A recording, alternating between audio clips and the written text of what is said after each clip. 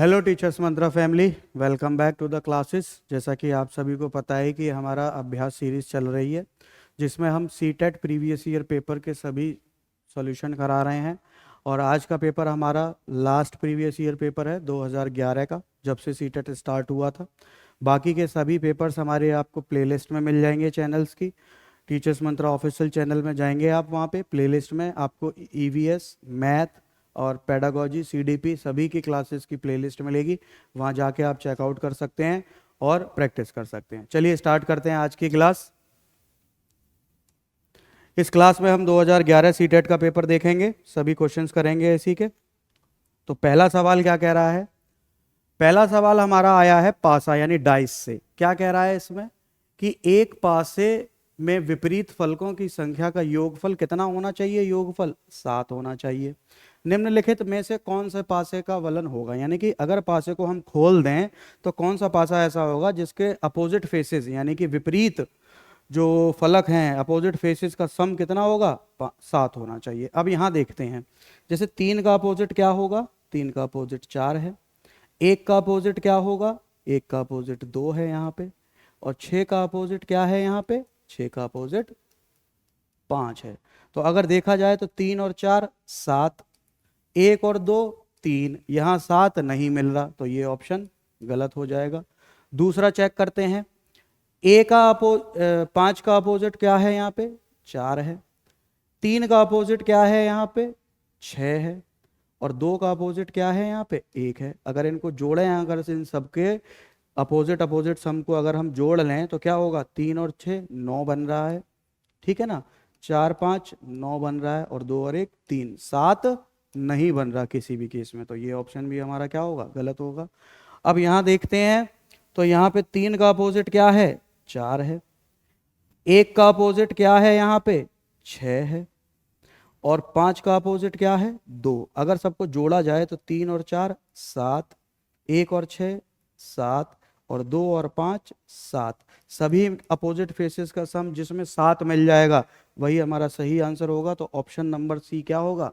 सही ऑप्शन होगा। अब यहां देखो, 6 4 10, 6 + 4 10, 1 और 2 3, 3 और 5 8। तो पासे के जब पासा खुलता है, डाइस को जब हम ओपन करते हैं तो कई तरह के मल्टीपल फेसेस बनते हैं उसके। तो सभी का एक ऑर्डर हम आपको प्रोवाइड कराएंगे रेगुलर क्लासेस में। बाकी इस क्लास में सीखिए कि कैसे इसको सॉल्व किया जाता है, ठीक है। चलिए अगला सवाल देखते हैं इसी सीरीज में। नेक्स्ट क्वेश्चन क्या कह रहा है कि एक समचतुर्भुज, समचतुर्भुज का मतलब क्या हो गया? समचतुर्भुज का मतलब हो गया रोम्बस, ठीक है। रोम्बस हो गया। इसके विकर्णों की लंबाई यानी कि इसके डायगोनल्स की लंबाई कितनी है? D1। पहले डायगोनल की इतनी है, दूसरे वाले डायगोनल की इतनी है। डायगोनल यानी विकर्ण। अगर इसका डायग्राम बनाए हम तो डायग्राम कुछ इस प्रकार बनेगा। ये क्या है? रोम्बस है। ये इसके क्या हैं? डायगोनल्स हैं। इसकी लंबाई टोटल 8 है। डायगोनल एक दूसरे को आधा आधा काटते हैं, तो हम कह सकते हैं ये 4 है, ये 4 है, ये 3 है, ये 3 है। और इसके डायगोनल एक दूसरे को 90 डिग्री के अंश पे काटते हैं। तो पाइथागोरस थ्योरम यानी पाइथागोरस प्रमेय से हम इसकी ये वाली साइड निकाल सकते हैं। 3 4 5 क्या होता है? ट्रिपलेट होते हैं। बाकी आप वर्ग करके निकाल सकते हो। 3 का वर्ग + 4 का वर्ग बराबर होगा 5 के वर्ग के। तो इसकी जो भुजा है, इसकी जो साइड है, इसकी जो साइड जो है हमारी निकल के कितनी आई है? इसकी एक साइड 5 निकल के आई है। ऐसे ही 5 ये 5 ये 5 ये हो जाएगी। इसका परिमाप यानी पेरीमीटर पूछा है, तो पेरीमीटर क्या होता है? इसका जो पेरीमीटर होता है वो होता है 4 × साइड। और साइड हम निकाल चुके हैं 5, तो 4 पंजे 20 सेंटीमीटर क्या हो जाएगा? इस सवाल का उत्तर हो जाएगा। समझ में आया कैसे करना है? डायगोनल एक दूसरे को आधा आधा काटते हैं और 90 डिग्री पे काटते हैं। तो ये क्या बन गया? एक ए बन गया, एक राइट एंगल ट्राइंगल, ठीक है ना। राइट एंगल ट्राइंगल में पाइथागोरस प्रमेय लगा देंगे। पाइथागोरस प्रमेय से हमें इसकी भुजा मिल जाएगी यानी कि हाइपोटेनस मिल जाएगा। फिर 4 × साइड कर देंगे, यहाँ से हमें पेरीमीटर मिल जाएगा, ठीक है ना। चलिए अगला सवाल देखते हैं।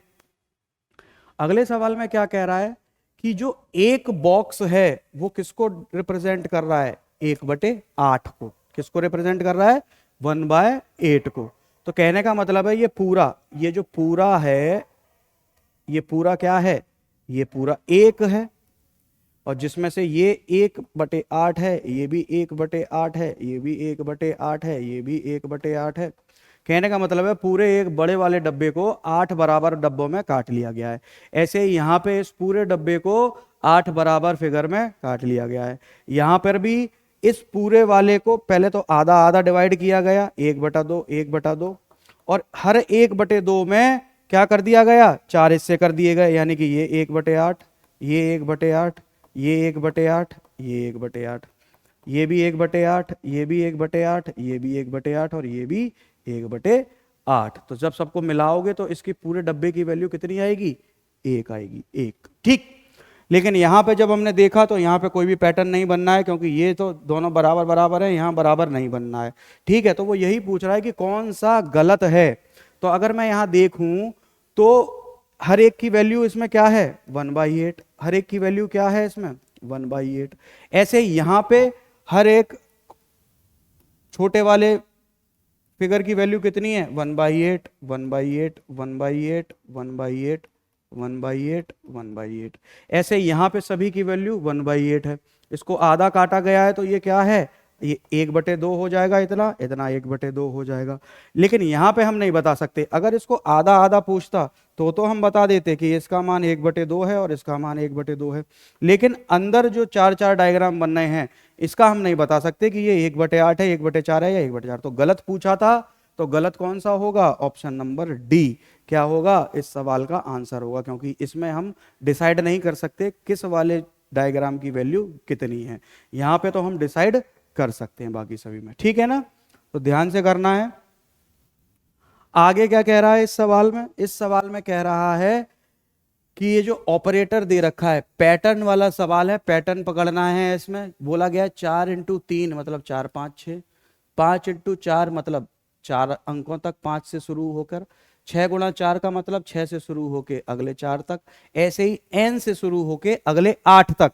तो पहला होगा n प्लस, दूसरा क्या होगा n+1, उससे अगला n+2, n+3, n+4, n+5, n+6, n+7। कितने हो गए, ये हो गए हमारे टोटल 8। कैसे, 1 2 3 4 5 6 7 8 हो गए।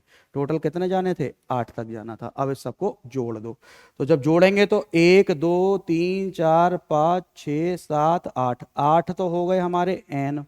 और जो संख्याएं हैं उन्हें जोड़ दो, 2 और 1 3 और 3 6, 4 10, 5 15 और 6 21 और 7 28, 21 और 7 28। तो इस सवाल का उत्तर क्या बन जाएगा, 8n+28। ऑप्शन नंबर सी क्या होगा इस सवाल का करेक्ट आंसर होगा। ठीक, चलिए आगे देखते हैं। आगे क्या कह रहा है कि कुछ आमों का भार, यानी कि मैंगो दे रखे हैं, और क्या दे रखा है, एप्पल दे रखे हैं यानी कि सेब।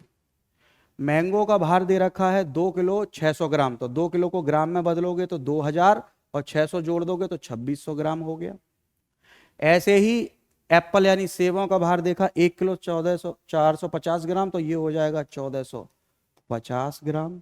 ठीक है, अब क्या बताया गया है, आमों का भार सेबों के भार से कितना अधिक है। ज्यादा पूछ रहा है, माइनस कर दो, 0 5, यहां बचा 5 में से 4 गया 1, और 2 में से 1 गया 1, यानी कि 1150 ग्राम। और इसको हम किलोग्राम में कैसे लिखेंगे, तो लिखेंगे 1 किलो और 150 ग्राम।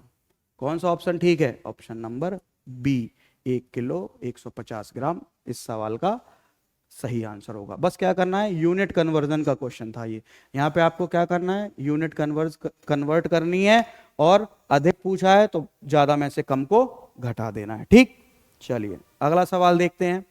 अगला सवाल ग्राफ वाला है। इसमें क्या कह रहा है कि सवाल में बोला गया इन दिनों दाम बढ़ने शुरू हुए हैं, इन दिनों दाम बढ़ने शुरू हो रहे हैं। बहुत अच्छी बात है। निम्नलिखित में से कौन सा ग्राफ इस स्थिति को निरूपण करता है। अब यहां देखो, कीमत बढ़ रही है, समय बढ़ रहा है। जैसे जैसे समय बढ़ रहा है कीमत क्या हो रही है, गिरती चली जा रही है। तो ये तो होगा नहीं, क्योंकि दाम बढ़ने शुरू हो रहे हैं और दाम समय के साथ साथ बढ़ रहे हैं।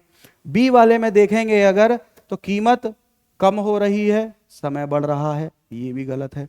जहां पे टाइम भी बढ़ेगा और कीमत यानी कि प्राइस भी बढ़ेंगे, वो वाला डायग्राम हमारा ठीक होगा। यहां देखेंगे तो यहां पहले बढ़ना स्टार्ट हुई, यहां जाने के बाद फिर घटना स्टार्ट हुई, तो ये भी नहीं होगा। चौथा देखते हैं, यहां पे मिनिमम कीमत थी, जैसे जैसे समय बढ़ रहा है कीमत भी बढ़ रही है, तो ये वाला डायग्राम क्या होगा हमारा, सही हो जाएगा। यानी ऑप्शन डी क्या होगा इसका करेक्ट आंसर, जहां पे कीमत और समय दोनों क्या हो रहे हो, बढ़ रहे हो। तो इस वाले डायग्राम में हमारी कीमत भी बढ़ रही है और समय भी बढ़ रहा है, तो ऑप्शन नंबर डी क्या होगा इसका राइट आंसर होगा। ठीक, चलिए अगला सवाल देखते हैं। अगला सवाल क्या कह रहा है बेटा कि पैटर्न वाला ही है, ये भी क्या करना है इसमें कि चरण एक यानी कि स्टेज 1 में कितनी तीलियां हैं, 1 2 3 4 5 6, 6 है। 2 में 1 2 3 4 5 6 और 4 और बढ़ गई तो यानी कि 10 हो गई। इसमें इसको 1 2 3 4 5 6 7 8 9 10 11 12 13 14 कितनी हो गई, 14 हो गई। कहने का मतलब है स्टेज 1 में 6 थी, फिर 10 फिर 14, यानी कितनी बढ़ रही हैं, 4 4 बढ़ रही हैं। बिल्कुल ठीक। अब क्या कह रहा है कि 15वें चरण पे यानी कि स्टेज 15 में, ये पहली स्टेज, दूसरी, तीसरी, चौथी, पांचवी, छठवीं, सातवीं, 8 9 10 11 12 13 14 15, 15 स्टेज हो गई। अब 4 4 बढ़ना है तो अगली स्टेज में 18, फिर 22, फिर 26, 30, 34, 38, 42, 46, 50 आ जाएगा, 54 आ जाएगा, 58 आ जाएगा और अंतिम 15वीं स्टेज में क्या आ जाएगा, 62 आ जाएगा। तो इस सवाल का आंसर क्या होगा, 62।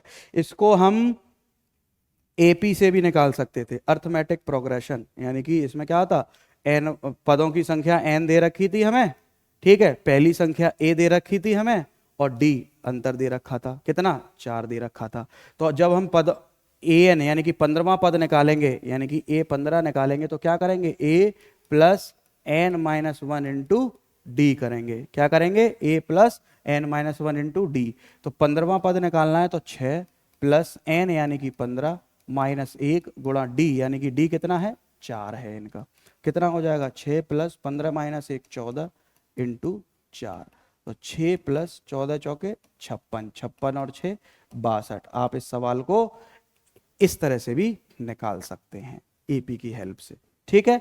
इसका फॉर्मूला क्या हो जाएगा, ए एन बराबर A plus N minus 1 into D. बाकी टाइम है तो इसको जोड़ते चले जाओ, जहां तक पूछा है वहां तक बता के ऑप्शन नंबर ए क्या हो जाएगा इसका राइट आंसर हो जाएगा। चलिए अगला सवाल देखते हैं। नेक्स्ट क्वेश्चन में क्या बोला गया है कि एक आयत यानी रेक्टेंगल है जिसकी लंबाई एल है, यानी कि लेंथ कितनी है, एल है, ठीक है। इसकी चौड़ाई लंबाई की आधी है, इसकी चौड़ाई लंबाई की आधी है।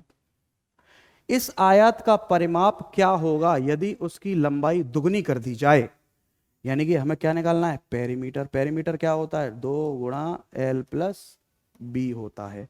अब लंबाई को क्या कर दिया गया है, लंबाई क्या कर दी गई है, दुगनी कर दी गई है, यानी कि एल को अब बना दिया है 2l, क्या बना दिया 2l, और बी हमारा सेम है। तो परिमाप क्या हो जाएगा, 2 एल की जगह पे रखेंगे 2l प्लस बी की जगह पे l बाय 2, p बराबर 2 का अंदर गुणा कर दो, 2 दूनी 4l हो गया, प्लस 2 का गुणा जब l बाई 2 में करेंगे तो कितना आ जाएगा, 2 से 2 कट गया, p का मान कितना आ जाएगा 4l प्लस l यानी कि 5l, क्या आ जाएगा, इस रेक्टेंगल का परिमाप आ जाएगा, यानी ऑप्शन नंबर डी सही होगा। अगला सवाल देखते हैं। अगला सवाल कह रहा है हिंदू अरबी सांख्याकन पद्धति में 4 अंक वाली कितनी संख्याएं हैं।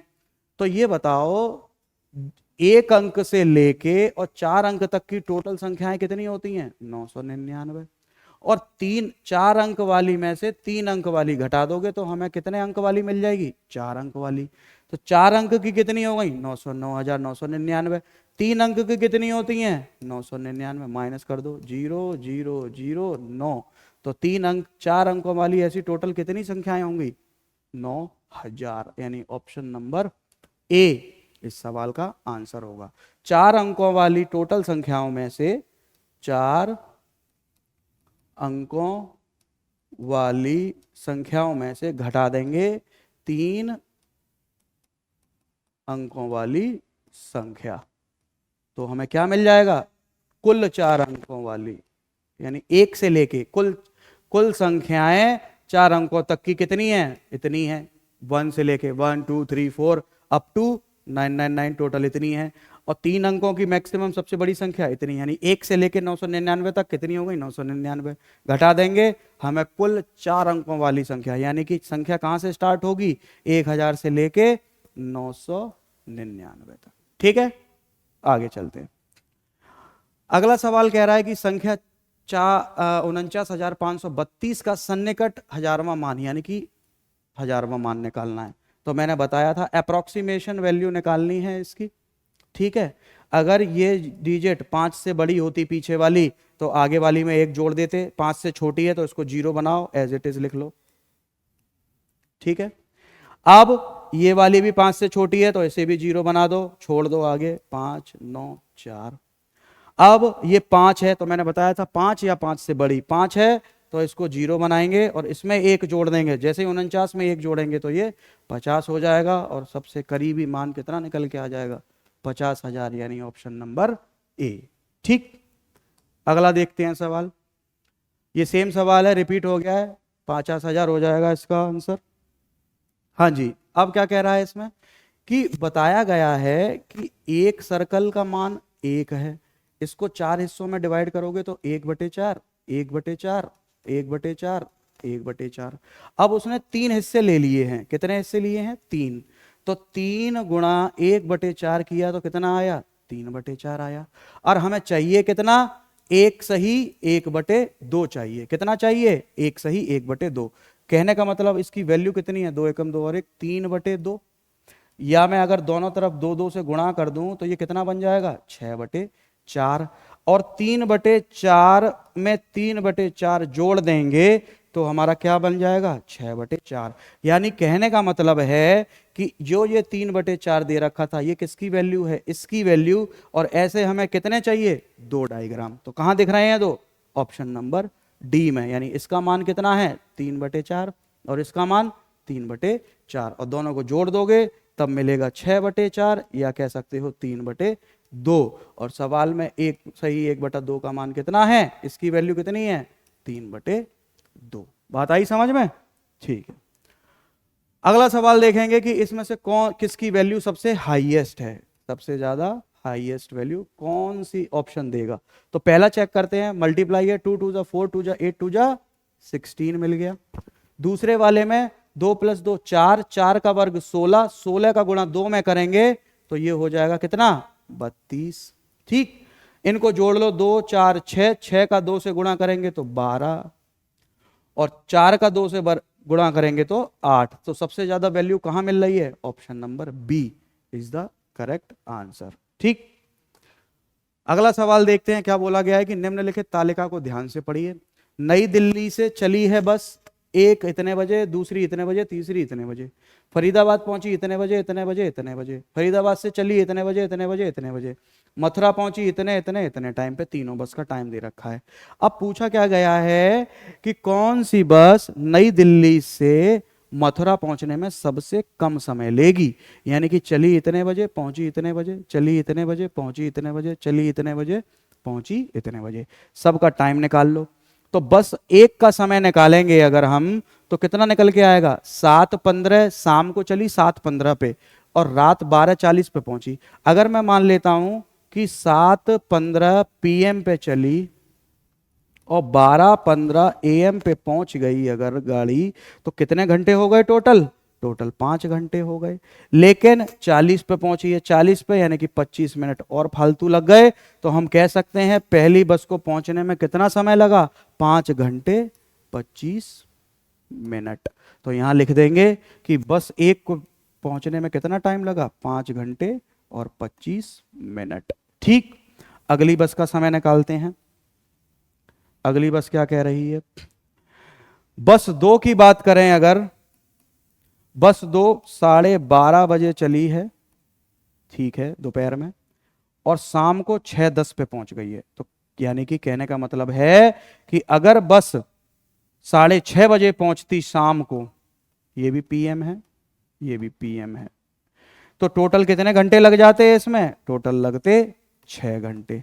अब लेकिन ये तो 6:10 पे पहुंची है और हमने इसमें 20 मिनट बढ़ा के ले लिया, तो 20 मिनट कम कर दोगे तो इसका समय कितना निकल के आ जाएगा, 5 घंटे 40 मिनट, क्योंकि 20 मिनट कम करने पड़ेंगे। तो कितना आज लगेगा दूसरी बस को टाइम, 5 घंटे 40 मिनट। अब तीसरी बस की बात करें तो तीसरी बस शाम को 16:45 पे गई और 21:55 पे पहुंची, तो डायरेक्ट माइनस कर दो, क्योंकि दोनों समय किस में है, पीएम में है। तो 16:45 पीएम माइनस कर दो, 0 10, और यहां कितना बचेगा, 5 घंटे 10 मिनट, यानी इसको कितना टाइम लगेगा, 5 घंटे और 10 मिनट। पूछा क्या गया था कि दिल्ली से मथुरा पहुंचने में सबसे कम समय कौन सी बस ले रही है, तो सबसे कम समय कौन सी बस ले रही है, बस नंबर 3 क्या ले रही है, सबसे कम समय ले रही है। तो ऑप्शन क्या हो जाएगा हमारा, ऑप्शन नंबर डी इस सवाल का उत्तर हो जाएगा। ठीक है ना, 12:40 यानी कि शाम के 7:15 से रात के 12:40, ठीक, एएम हो गया ये। और यहां पे 12:30 पीएम से और 18:10 यानी कि 18:10 पीएम पे पहुंच रही है। तीसरी बस 16:45 पीएम से 21:55 पीएम पे पहुंच रही है। तो बस यहां ध्यान रखना है एएम पीएम वाले में 7:15 से 12:15 तक जाओ, 25 मिनट और जोड़ दो। ठीक, यहां 12:30 से 6:30 तक जाइए, 20 मिनट ज्यादा दे दिए थे तो 20 मिनट कम कर दो 6 घंटे में, और यहां डायरेक्ट माइनस कर दोगे इसमें से 5 घंटे 10 मिनट, यानी कि बस 3 यानी थर्ड बस को सबसे कम समय लगेगा दिल्ली से मथुरा पहुंचने में। तो ऑप्शन नंबर डी हमारा राइट आंसर होगा। तो आज का अंतिम सवाल है, बहुत ही बेसिक सा सवाल है, पूछा गया है बच्चों वाला कि 4079828 को क्या पढ़ा जाएगा, तो इकाई, दहाई, सैकड़ा, हजार, 10,000, लाख, यानी कि 4,07,928, ऑप्शन नंबर ए इसको पढ़ा जाएगा, यानी कि ऑप्शन नंबर ए क्या होगा हमारा राइट आंसर होगा। तो सीटेट के सभी पेपर्स का सॉल्यूशन आपको हमारे चैनल पे मिलेगा, प्लेलिस्ट सबकी बना दी गई है, आप जाके वहां से ज़्यादा प्रैक्टिस करिए। 3 दिन का समय बचा है, 20 तारीख को आपका पेपर है, और देखिए कैसे क्वेश्चन को जल्दी से जल्दी कम समय में सॉल्व किया जा सकता है, और अपना स्कोर बढ़ाइए। Thank you, best of luck and all the best.